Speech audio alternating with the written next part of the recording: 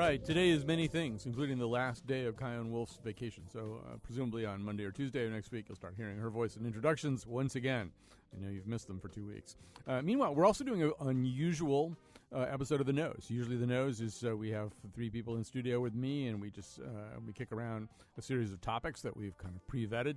We're going to do something different here. We did it for David Letterman. We're going to do it for Jon Stewart. These are gems that are produced by Jonathan McNichol. And yes, there's been an awful lot of Jon Stewart coverage, a lot of Jon Stewart hagiography. Although in a way, he with his impeccable timing, in a way, if he really wanted to be like the big story, which I don't think he necessarily did, he couldn't have picked a worse night to have as his last night because of course, the Republican primary is the debate is sucking up an awful lot of oxygen here. But I think there are things to be said about this legacy that have not been said so far. I hope you agree. I hope you're staying with us as we go along here. If you've got things you want to say, you know the number, 860-275-7266, 860-275-7266. We've got great people to say those things. A little bit later in the show, you'll meet Miles Kahn. He was a field producer for The Daily Show from 2006 until April of this year, when he essentially made the same decision that Jon Stewart made. It was like, enough is enough. But anyway, we'll come to Miles. He'll tell you a little bit about how those famous field pieces were produced, how they were assembled, what kind of input Stewart had into them, just also generally what it was like to work there, which was a big theme, I think, of last night's farewell. But right now we're starting with David Folkenflik. He is NPR's media correspondent, and in studio with me, David, by the way, is in the studio for NPR in New York, and in studio with me is Bill Curry. He's a columnist for Salon. This week's column is about Jon Stewart. David, I'm going to begin. I mean, I think we do need to spend a little bit of time. Not that I don't want to spend a lot of time reinventing a wheel that's been rolling around on a lot of other programs for a lot of other days.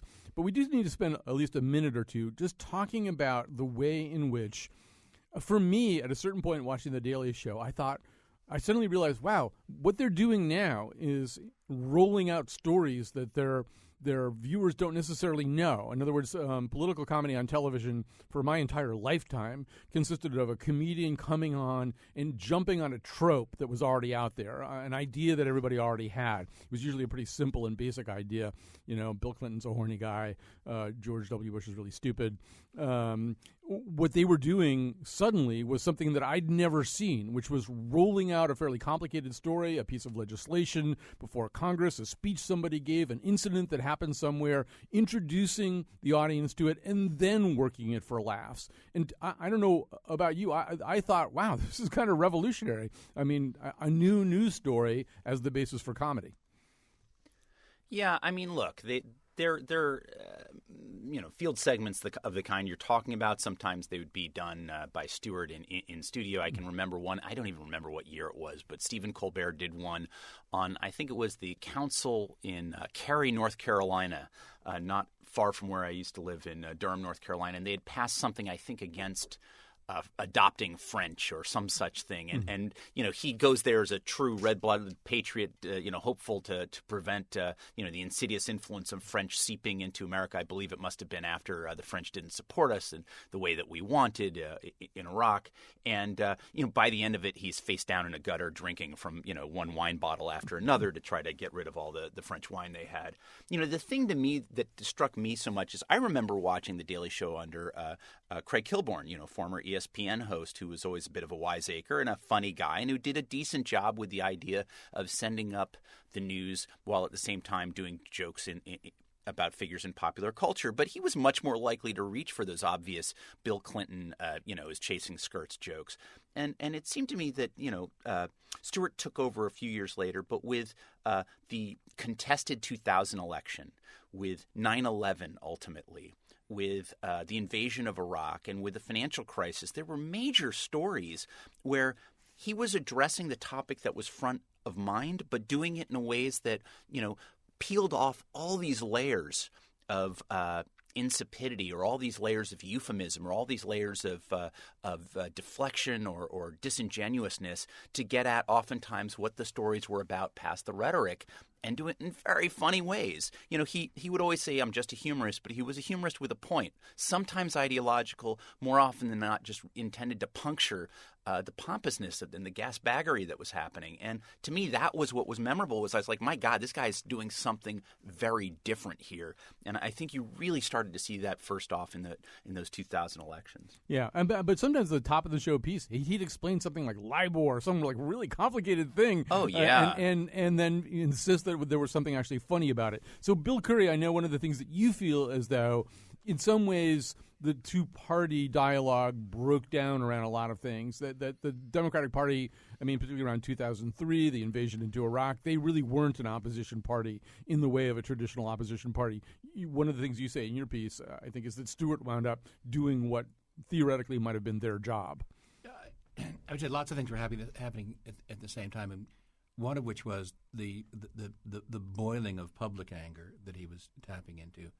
And the second thing was that politics was becoming even more hollow and more useless than it had been.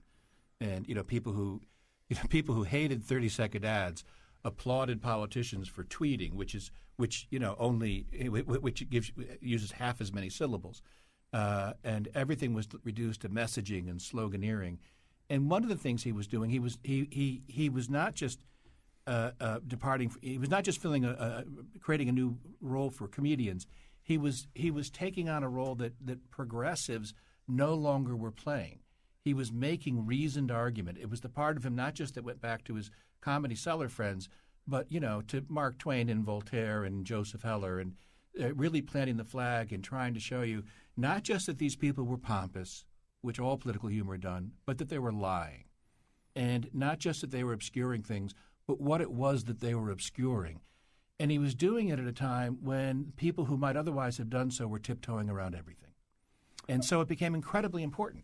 And so, David, the argument sometimes is made that what you do and what Stewart did often were the same jobs, press criticism. I mean, we maybe did see some fairly primitive forms of political humor. We saw the Smothers Brothers. Bill mentions that in his article. We saw other stuff that really you could call political commentary. But rarely did anybody go after the messengers themselves, the news media, on the field of political satire. So suddenly what you do and what Stewart did, I think, did you have a conversation with Rob Corddry about this at one point? Yeah, I ran into him at an event. It might have been a White House Correspondents' Dinner in the early 2000s. I stopped going to them about a dozen years ago. But I saw him, and I stopped him, introduced myself, talked for a few minutes, and then said, you guys are going after my job. That's what I'm supposed to do. And he says, well, we're having a good time. I was like, yeah, but you guys have a point, too. He's like, sure, well, there's so much fodder there. And, what they were saying was they were sitting targets. Last night you saw Wolf Blitzer participate in sort of the gentle skewering of Stewart by various public figures he's made fun of. And I got to say, Wolf Blitzer's not a dumb guy. He's a very smart guy. But on the air, he often seems just unfathomably credulous to the clearest lies or dissembling or rhetoric that you could imagine. And Stewart, just doesn't have a high tolerance for that. One of the things I think that Bill said that was absolutely right in talking about the war was also the notion of, where you could find a place that the media or political figures could open space for dissenting views. I mean, one of the things, I've gone back and sort of read things I wrote at the time. I started out at the Baltimore Sun as a media critic in 2000, was that it really was Comedy Central where you first started to see in mainstream conversation, discussion of points of view that opposed the war. Chris Rock talked about this when he was appearing on in 2003, and he said, gosh, every time I say, I'm uncomfortable with the invasion or I oppose it, I'm accused of not supporting the troops. And you would see that kind of rhetoric from people even at CNN. Stewart took more seriously the idea that you could have in your head, and I think he really showed it in future years, his devotion to troops and going again and again in support of them, raising money, doing other things. But the idea that you could support the troops and still have problems with the idea of the invasion or certainly the execution after. One of the things that he did repeatedly, and so I'll push back a little bit against some of this. I'm a huge Jon Stewart fan, but I feel like it's my job to push back against the hagiography. So, who do you think you are, Jon Stewart? Exactly. Somebody's got to do this, and Jon Stewart can't do it. So, one of the things he would repeatedly do is what somebody referred to as the little me thing, which is like, I'm just a comedian. Whenever the going got kind of tough and rough, he would often say, I'm not a news commentator. I'm a comedian.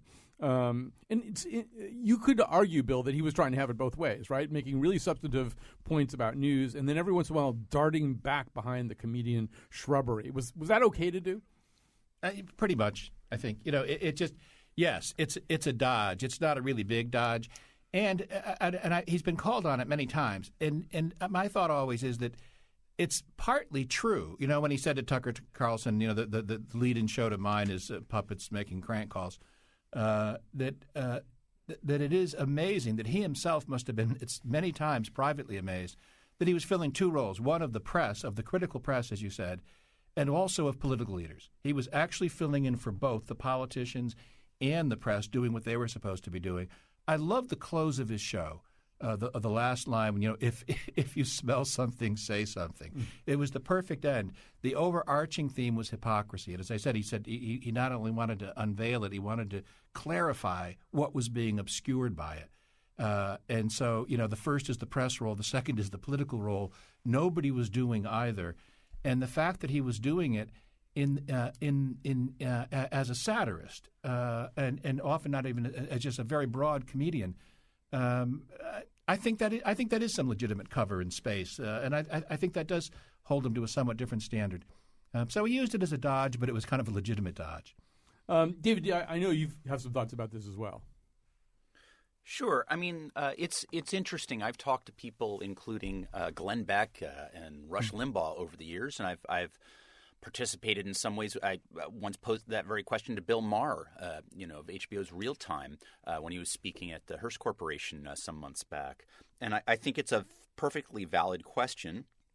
I do think that the Jon Stewart that we know now was not the Jon Stewart who started out. Yes. I think that he's always had thoughts and he's always had a keen mind, but he's really evolved over the years and he's really found his voice in a couple of different ways. And so the posture that might have been truer in 1999 or whenever it was when he had his first show might not feel the same way this week after he's so greatly influenced the decisions of cable chieftains to cancel Crossfire, of people like President Obama, who's invited him to the White House twice to sort of make his case for various policy positions and why he feels that he's been effective, even if Stewart's been kind of skewering him on said subjects on the show.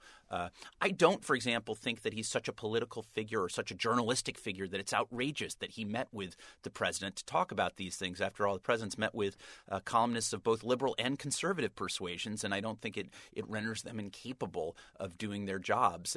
But Stewart is playing a role, but he is a satirist who has a point to make, as opposed to somebody like Rush Limbaugh who has a point to make but sometimes does it with satire. Now, you may say ultimately at the end of the day the fulcrum is in such a position on the seesaw that the difference shouldn't be that great. It's just whether or not you happen to agree with them or like their brand of humor and of ideology. But I think Stewart did a pretty decent job of trying to be true to the facts. He wasn't fair in the sense of he is a satirist and it's not his job to be fair. But he was fair-minded in the sense that if somebody was being hypocritical, he would go after him. He just clearly had a point of view where he was coming from, and that became clearer over the years. I'm going to make the argument that, to both of you, I'll start with you, Bill, that you can look at Jon Stewart and say, ultimately, though, even a guy as admirable and courageous and authentic as this, it's really hard for this guy to rise above the game, to get up over the game. I was looking at sort of who his most frequent guests were. Well, the number one guest was Fareed Zakaria. It was on 19 times. Fareed Zakaria, speaking of people, Fareed Zakaria went and, quote-unquote, brainstormed with the Paul Wolfowitz group prior to the invasion of Iraq, when Fareed Zakaria was at least nominally or supposedly a journalist. The other two top guests were Dennis Leary, longtime friend of Stewart's, and Brian Williams. So, in a way, we talk a lot with Brian Williams about the confusion and the conflation of entertainment and journalism. We talk about the fact that guys like that muddy the waters too much. But in a way, does Stewart ever really get up above that game? I mean, if Brian Williams is his third most popular guest, you have to think that he's evinced a kind of taste for people who like to muddy the waters between entertainment and journalism. Sure. Let me point out a couple things, though. First of all, when Glenn Beck's and Rush Limbaugh's defenders call them those guys entertainers, they're making excuses for the fact that they lie. And when Stewart's people call him, mention that he's a comedian entertainer, he's looking for cover for telling the truth. It's actually two very different defenses. and but telling it more baldly sometimes, or telling it with a point of view. I agree with everything you said. I said in my column that Stewart. I agree very much with what David said earlier. Also, that Stewart has grown in this, and the show probably changed him as much as he changed the show. From everything you can see, at least of his resume, and you know, if that's true, I think he's like David Letterman in this very small club of people who actually became better people as a result of being on television. Toward the end, though, I think it's also true that he had this sort of Jimmy Fallon thing going. He became a person who was more likely to, you know, he started to like the celebrities a little too much for my own taste, and you know, and he sometimes was a little softer on his friends. There's a, you know, he wasn't perfect at what he did, but he redefined all of the fundamental rules of this game upward in the bulk of his career, and that's why he's getting so much attention as he walks off. Although, David, from your point of view, I find my thoughts suddenly going to an episode of The Wire where I think it's the Bunny, the guy, the police captain who really tries to something really novel. Yeah. And then the end of it all, everybody's back on their corner selling the same drugs, right? Mm-hmm. And he has to look at that and say, I tried and it just didn't matter. And, you know, is there any part of Stewart's end that's a little bit like that? I mean, Fox News hasn't changed. CNN hasn't changed. The politicians haven't changed. I mean, did anything change? Well, and you saw Roger Ailes taking kind of a victory lap in The Hollywood Reporter this week, saying seemingly nice things about Stewart as a way of kind of turning the knife on him and saying, we don't pay that close attention, but he's a funny guy. And, he seemed to want to have an effect, but he didn't really bruise us. And really just making it him as marginal a character as possible. I don't think you can look at Stewart and say he's had no effect on the culture. I think he's raised the game in terms of satire, in terms of political observation, even as a lot of opinion has gotten flabby, I think, because of the proliferation of conduits of opinion, on particularly digitally. I think that if you look at Stephen Colbert, if you look at John Oliver, I think that you've got two very sharp-minded people who have, in very different ways, taken on very similar issues and found their voices almost like a nightingale hearing a song for the first time. Although Colbert will be doing a slightly more mainstream presentation and taking over for David Letterman on CBS, I'm very interested to see the degree to which he infuses his comedic sensibility and political impulses, even as casting aside, the right-wing blowhard role that he's been playing for so long. I think, with Stewart, you say I was not the biggest fan of his celebrity interviews when it wasn't somebody that he had some connection with. I thought he was much more interesting with political figures. I thought he was interesting with even the comic folks that he liked a lot, Judd Apatow, Paul Rudd, Will Ferrell, people that he had a connection with, because there was some electric kind of fun current feeling as though you were almost, not quite, but almost observing the conversation they'd have even if the cameras weren't there. Almost. With Stewart, there's something in the sense of like when I watch a Steven Spielberg movie, Saving Private Ryan, or even a Schindler's List, which were brilliant movies. There may be one or two scenes in each that you're like, gosh, that's a little too much. It's a little too emotional for me. But you think, my God, the guy has held me riveted on a painful topic for so many hours. I'm going to give him a scene maybe that I wish he had done slightly differently, because overall this is an incredible, incredible production. And with Stewart, yeah, he did like to talk to people like Fareed Zakaria and Brian Williams. I think he saw Zakaria in particular, but perhaps also Williams, as kinds of public intellectuals, people who could translate complicated topics into, processable and absorbable ways without insulting their intelligence. My sense with Williams also was that he was a frequent substitute guest when other people bailed out. And so, the fact that he was there 16 times was in some ways as a favor to Stewart, but it tells you something about the then managing editor of the NBC Nightly News and the chief anchor of the NBC Nightly News, that he was willing to dart out and go from 6th and call it 49th Street here in New York to something like 9th or 10th Avenue, which is not an inconsiderable walk, and at the wrong time of day can be an even longer drive. To dart out there and to come back just for the sake of helping Stewart out. He loved that forum, and I think Stewart was the flame and Williams was the moth rather than vice versa. Bill, it also might be the case that to whatever extent Stewart did change anything, it's going to be at a finely grained level. I mean, Fox News is going to continue to be Fox News, but I even think about the night, I think it was the last presidential election night, where Megyn Kelly wondered whether Karl Rove was telling the truth about numbers. And she confronted him. Then she did this kind of walk down to the boiler room. It looked a little bit kabuki, a little bit choreographed. On the other hand, I sort of thought, I wonder if you'd have that moment if there were no Jon Stewart, if he hadn't really kind of shot at their feet a little bit. I also wonder whether somebody like Rachel Maddow would have risen as fast as she did at MSNBC if Jon Stewart hadn't said, you know what, you got to make this stuff a little snappier, a little bit. Yeah, you've got to engage people in a different way. Maybe those are some of his legacies. One, Stewart really is, you can make the strong argument that he really is the centrist who held his ground while the country was moving right. Another thing that was going on during his last 20 years of his life.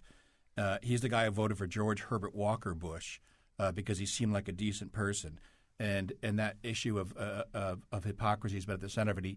He told Rachel Maddow that it's not, the question isn't left versus right, but corrupt versus uncorrupt. And his last two shows, his last two big comedy pieces, one, as I said, was telling people to stay vigilant about hypocrisy, and the other was a long riff on what he hadn't gotten done, that nothing had changed and he'd been a complete failure. And, obviously the truth lies somewhere in between. Watching Kelly last night and watching that debate, I wondered, having read the same remarks of Roger Ailes that David talked about, I wondered, would these moderators have been so tough on these Republican candidates had the bar not been raised somewhat?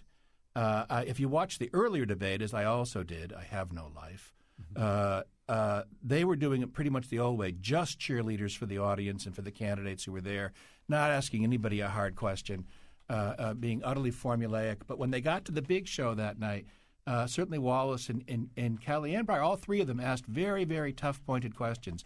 And so I would, my guess is, my instinct is that if Roger Ailes was watching and didn't see a little bit of Jon Stewart in his own employees, he was probably missing something. So, David Folkenflik, one of the things that Stewart, first of all, one thing you have to say about him, he's really good at being on television. He's been on television a really long time. He was a television figure even before this started. I remember I used to watch the Larry Sanders Show, and he was this kind of running joke on the Larry Sanders Show. He was the guy that Larry was worried about, and he played a character named Jon Stewart, who was the up-and-coming guy who was most likely to bump Larry out of his throne. So he's been on television a long time. He's really good at using television. So, and one of the things that he did was he took a technique that reporters have known about for years. In fact, in the clip, this is a clip that David, I think, picked out in particular, you're going to hear Gloria Borger sort of try to do what reporters typically do when they're interviewing somebody who's saying something that seems kind of inconsistent. She's talking to Dick Cheney. He's saying stuff that she feels is a contradiction to what he said in the past. But all she can really do is say, well, you said this. Stewart, because he's so good at using television, is able to do something else. And so actually, Betsy, let's hear that.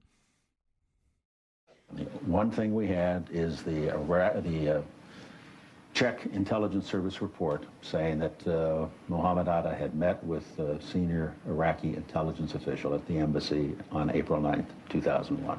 That's never been proven. It's never been refuted.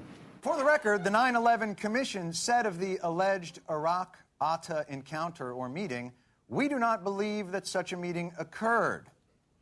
But still, that's okay, because Vice President Cheney never said such a meeting occurred. He just said that you couldn't prove that it hadn't. He never acted like Atta had that meeting and that meeting had been confirmed. Am I right? You have said in the past that it was, quote, pretty well confirmed. No, I never said that. Okay. I never think said that is... No, it's absolutely not. He absolutely never said that. It's been pretty well confirmed that he did go to Prague and he did meet with a senior official of the Iraqi intelligence service in Czechoslovakia last April.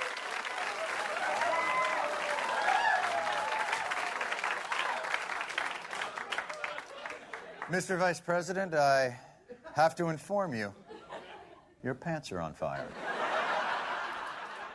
So David, this is all, of course, accompanied by Stewart's incredible arsenal of vocal mannerisms, strokings of the chin, popping of the eyes. I mean, there's a lot of stuff that you just can't see on the radio that he's doing to amplify this. And I mean, Gloria Borger has the goods in that interview. She has the exact same thing that Jon Stewart has. She just can't deploy it, right? He's found this whole new way to deploy it that really does blow somebody up right on the air. I mean, I give her credit. She's getting him on the record to address that in such a way that other people can hold him accountable. She, at that time, was with CNBC, now with CNN. And she's doing it based on quotes. We can't see it without the captions on radio. But the last thing you heard from Cheney was him talking on the sister station, NBC's Meet the Press. And that's where Cheney, in his deepest of deep voice and serious warning says, we now know that there was this meeting that took place, of course. And as Stewart points out, the 9/11 Commission says they're not convinced at all. They are, in fact, convinced that it did not happen. This, I thought, was very devastating. I remember it at that moment. I remembered it when talking with Jonathan McNichol, your colleague, a day or two ago in preparation for our conversation today, because it was an act of journalism. It's not necessarily being committed by somebody we think of as a pure journalist or who considers himself that. And I think he is one of a number of folks who play in this realm of public discourse that remind you that the question, who's a journalist, no longer matters that much. Is he contributing to public debate and understanding of the issues? Actually, he is. And what he's doing is he's holding people responsible for their own utterances, not to trip them up, not because it's simply a gaffe. That's a different part of the show. That's the shticky part of the show that's really more about shtick. This is not that he said something embarrassing. This is that he said something that is completely untrue, and it's untrue with consequences, because the kind of warning that the vice president was offering back then was intended to scare the public and Congress into giving the White House essentially a green light to go and invade Iraq under seemingly false pretenses. And while people can say other factors went into case, that was a big part of it, the idea that there was somehow some kind of link between the folks who attacked us on 9/11 and our decision to invade Iraq and Saddam Hussein. So that was the rolling of the tape. The one thing that Gloria Borger didn't do was say, well, Mr. Vice President, I am prepared for you not to acknowledge what you said, so let's roll this tape together. You used to see that occasionally on 60 Minutes, and every now and then Tim Russert used to do that on Meet the Press himself. But I got to say, in my newsrooms, at the Baltimore Sun, particularly here doing broadcast at NPR over the past 10-plus years, I talk with colleagues all the time about techniques that Stewart and his producers used on that show to allow people's words to be used either against them or to propel arguments or disprove points. It is very simple conceptually, but it's very, very, very powerful. All right. Did you? One thing that I wanted to bring up, maybe you can react to this and fold your answer into it, is, and then we really got to take a break. Miles Kahn's ready to go. We're starting to get some calls here too.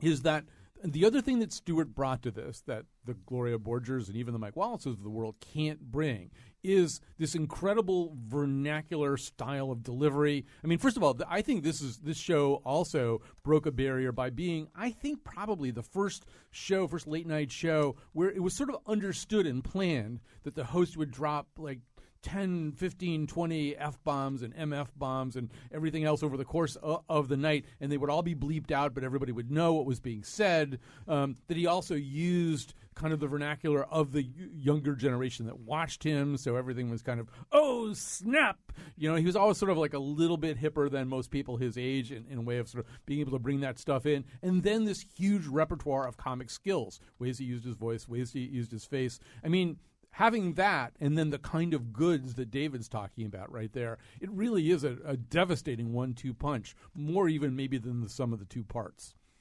Yeah, first of all that comedy is, it works. And so much comedy, not all comedy, but so much comedy is subversive. As I said in my piece, every time Harpo Marx squeezed a clown horn, somebody somewhere questioned authority. And all that tone matters. And it's not so unusual. We would be looking both for in lieu of mainstream press leadership and in lieu of mainstream political leadership. This happens all the time. I said that, and also there I compared it to the Velvet Revolution in Czechoslovakia. I remember where the great Tom Stoppard says that music led it, the musicians led it. In America, in the progressive era, it was journalists. It was the Ida Tarbells and Upton Sinclairs who often sometimes ran for office, in fact, in different cases. There was a mixing of the roles, and you have it here. when the Democrats won't even, when the Republicans investigate Benghazi 100 times, but a Democratic administration in Congress can't have one commission looking into how we lied our way into the Iraq War, then there's a huge void to be filled. And he was filling that void as well. All right, we're going to take a quick break. We'll come back after this. I have fine bone density. The point is this. We add insult, not injury. Hey, John, there's one other thing. What's that? That thing we always say. Ooh, I forgot about it. 1, 2, 3.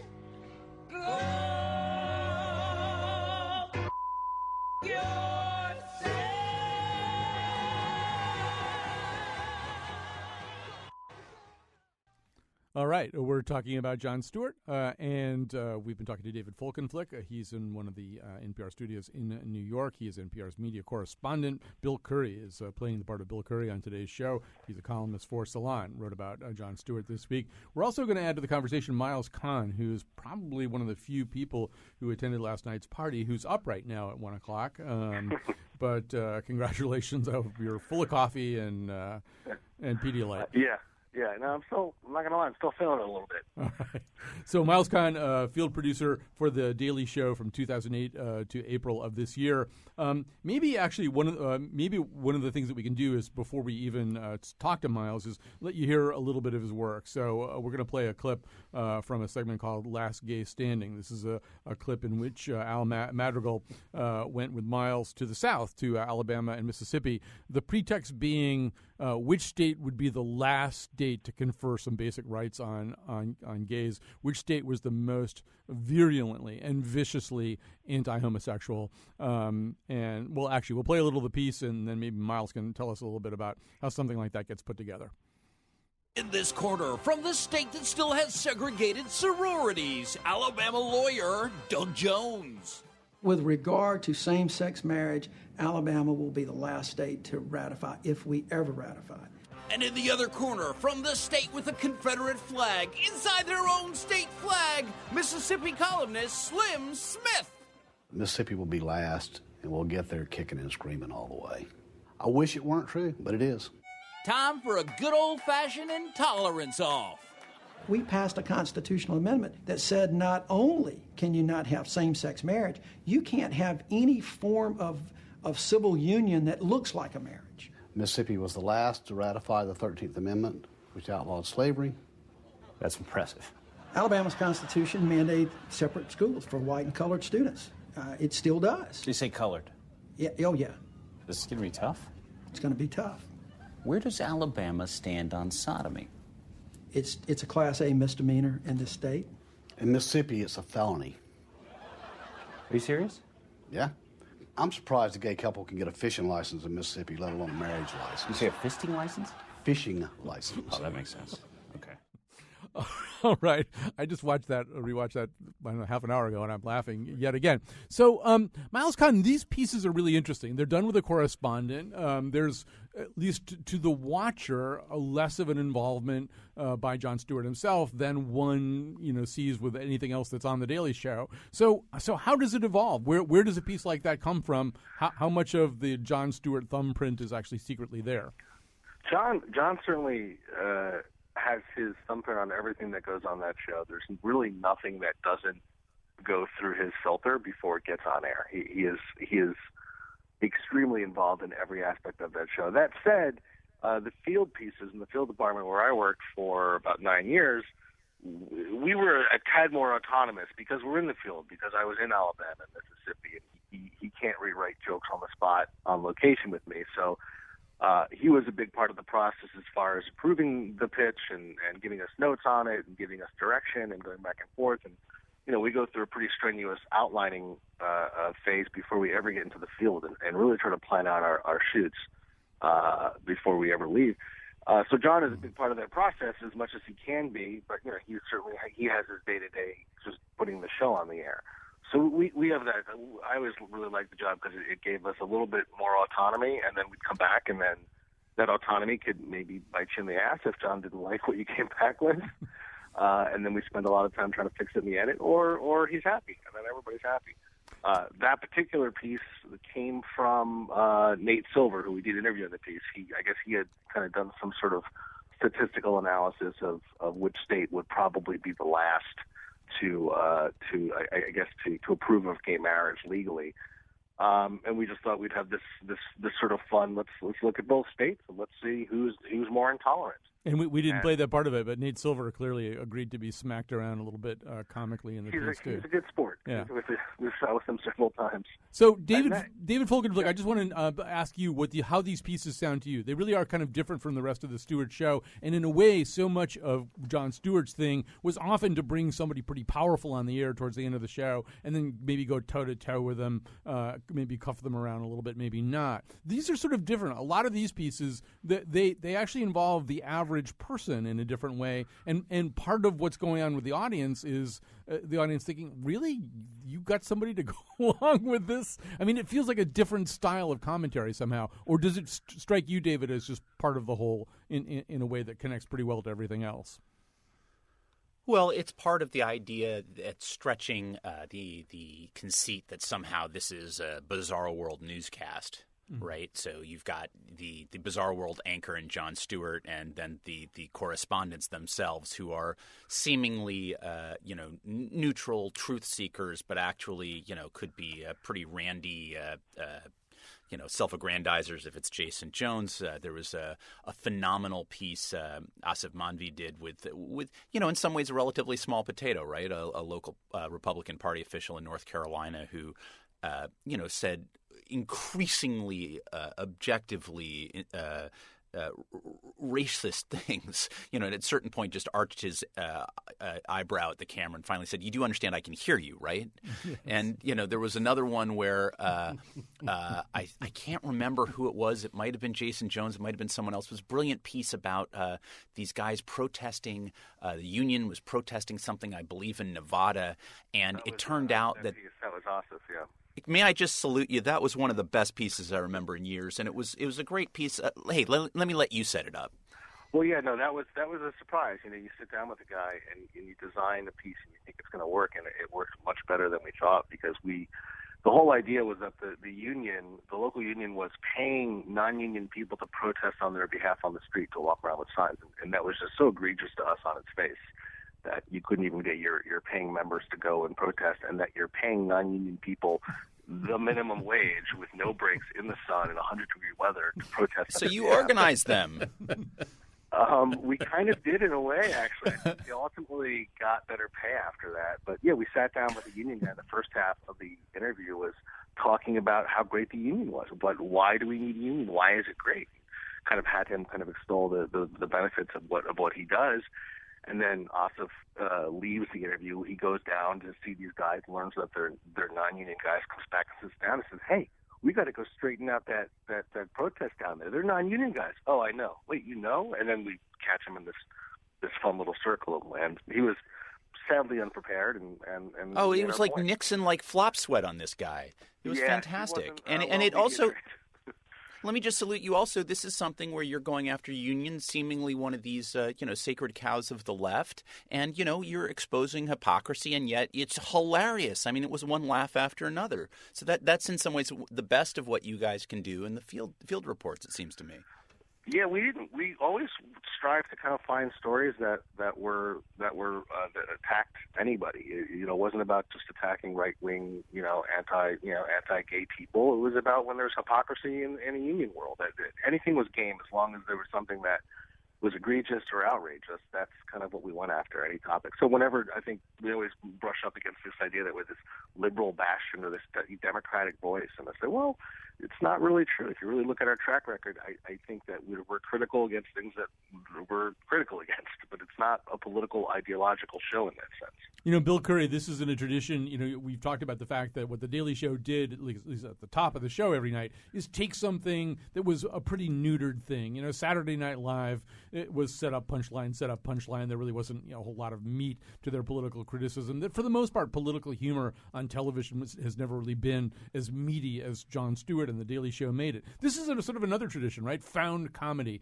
Alan Funt invented Candid Camera, and Michael Moore and people like that have messed around with this a little bit. But Sacha Baron Cohen. Sacha Baron Cohen, another example. Somehow or other, there's a focus to this, though. There's a way that this lasers in. I don't know. Do you have a theory about it? I only one observation, and again, also to say to Miles, I was just so amazed at how well they made these things work. With almost, it seemed like so many of them had someone, they were interviewing someone who'd be hostile to the point they were making, whose interests were being destroyed by their very presence, and yet they got enough cooperation, were able to put together a piece out in the field with all the unforeseen variables that arise and make the thing work. So again, also, hats off to you. Sometimes part of the humor was closer to a more traditional humor, which is, isn't this weird? You had in the line from Bob Hope making a joke about Eisenhower's golf swing to The Daily Show questioning the underlying premises of American foreign policy. It's a long line, and there are all kinds of different shadings in there. But these guys had the "Isn't the world weird?" But like the entire show, they also got to the underlying point every time, virtually that I saw.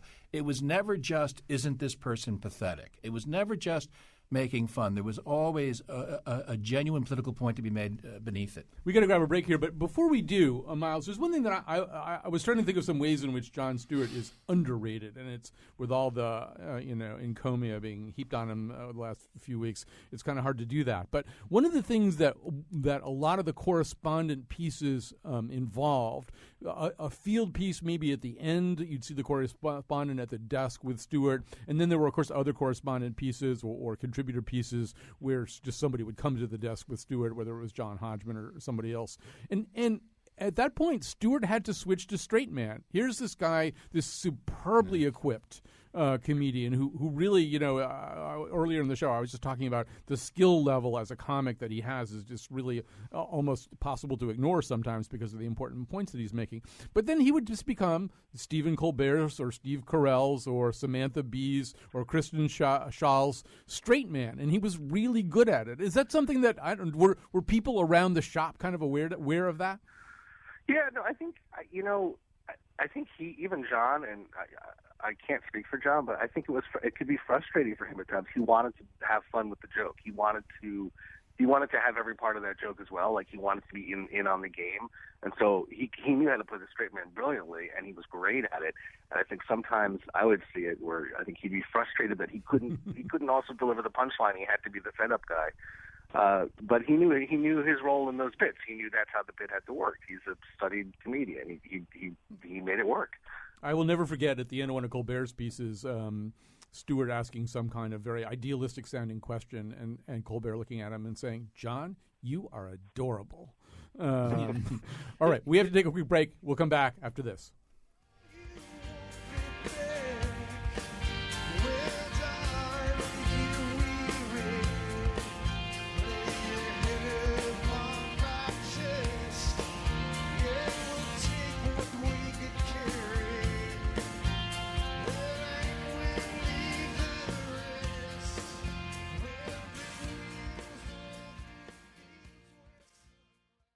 All right, we're back. We're talking about Jon Stewart, who did his last show last night, ended his career to the strains of Bruce Springsteen and the E Street Band, something that I suppose everybody should have seen coming. I didn't, actually.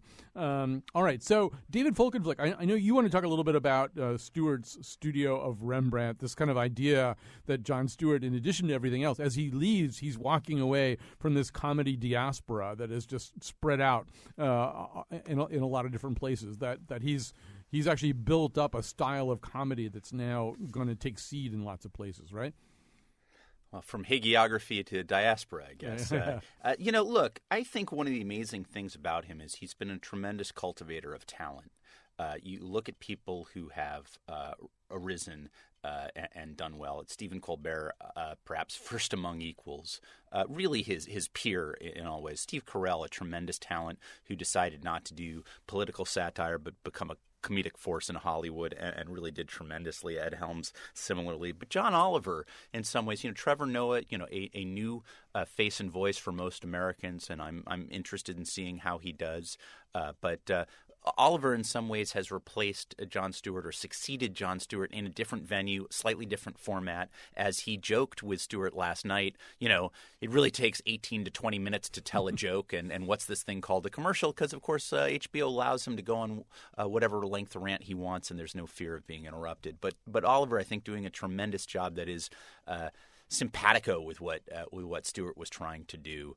Larry Wilmore taking over for Colbert. Stewart, I think, was a great influence in that choice. Wilmore, having a tremendous career in helping develop sitcoms in Hollywood and being a comic writer and stand-up. But this is a new thing for him to be really the personality and the face, and I think Stewart encouraged that. So although there's been some criticism about the number of people of color, you have people like Asif Manvi, who's going on to do things. He's got a series on HBO now, The Brink, and is developing other projects. There are just a lot of people who I think are at the forefront of American comedy in various guises, but also and pop culture, but also in terms of thinking about things from a politically satiric standpoint that Stewart has had a role in influencing. And just as we think of Judd Apatow as having kind of a school of comedy out west, in developing people like Seth Rogen and just Jonah Hill and all these guys into having a kind of school of comedy where you can tell the cadence and the rhythm and the patterns and the quirky off-kilter takes of it. I think Stewart has done that as well in his own way. And I think it's to his credit that he's generous and not threatened by that. There are a lot of folks, you see it in some ways in the news side as much as the entertainment side. There are a lot of folks who want to make sure that nobody is able, is equipped, is experienced enough to replace them because they're fearful and insecure. Stewart, I think, is the opposite. He's grooming people to go on and flourish even beyond him. Right, he's the opposite of the Larry Sanders character who was so worried about Jon Stewart. So Miles, that's right. Miles, you've worked with so many of these people who are in this comedy school, and I know you feel as though maybe Jason Jones and Samantha Bee, who are sort of the Lucy and Desi of the Daily Show, they're a married couple. Maybe they're the next to break out. Maybe they're not the ones who are getting as much profiling and credit as the people that David just mentioned. How do they feel about what they're doing? Do they feel they're at a school of comedy? How do they feel about what they're doing as they move through that process? I think so. I think there's definitely look, I was there last night with correspondents I hadn't seen in a while that I worked with for over the past decade, and Rob Corddry and Nate Corddry and Ed and Rob Riggle and Olivia, all these people that kind of came through the door. Some stayed longer than others. Some were there just for a short time, like Josh Gad. But there's a huge sense of community, and that's what I really got from last night, is seeing all those people. And the first act of the show was my God, we really have created this community. So I think your point is correct in that. I think for Jason and Sam, I think people haven't realized that Sam's the longest serving correspondent ever. Jason Jones has done more field pieces than any other correspondent. Their skill level is incredible, and I think they're definitely the next to sort of burst out onto the scene, following, I guess, Ed and Steve Carell and Colbert and all those guys. Jason's got a new sitcom, and she's actually going to do her own late night show on TBS, kind of dipping her toe back into political waters somewhat and social waters. And I think we all learned so many good lessons from Jon. I think that was just because he challenged himself and he worked hard and forced us to work hard. All right, Bill Curry, you get the last word, but it has to be 45 seconds. Just, listen to what both these guys just said, that, Lenny Bruce was destroyed for getting close to the bone, and Mort Saul was exiled, and the Smothers Brothers were run off the air. The first fake news show was the week that was. It lasted 18 months. That this guy did 17 years of this quality, and not only he was able to be this much of a critic and still host the Oscars, and not only sustain a show of that high quality, but turn it into a cottage industry with a half dozen legitimate successors running around. He really deserves the attention he's gotten. This really has been, I think, a milestone. It didn't change the political debate. It didn't redirect the political debate, but it at least slowed down the erosion, and it reminded people that there are better standards Good for him. Hey, I have to quickly mention something. I get in a lot of trouble. Speaking of comedy, I will be performing tonight at Billings Forge with CT Improv at 8 p.m. It's $10. It's comedy. Come see us. Don't bring your children. I'm going to use a lot of bad words. I'm going to say a lot of bad things, but not about Jonathan McNichol. He's the guy who produced today's show and conceived of it and got all these great guests. Thank you so much, David Folkenflik. It's always an honor to have you on the show. Betsy Kaplan is on the board. And it's Alex Dubin on the phones today. Thanks to all of you. We'll be back on Monday with a brand new show. Thank you, Miles Kahn from the Daily Show. It's Pedialyte and saltines for the next 3 hours. Then you can start eating solid food, I'm sure. And thanks for joining us today.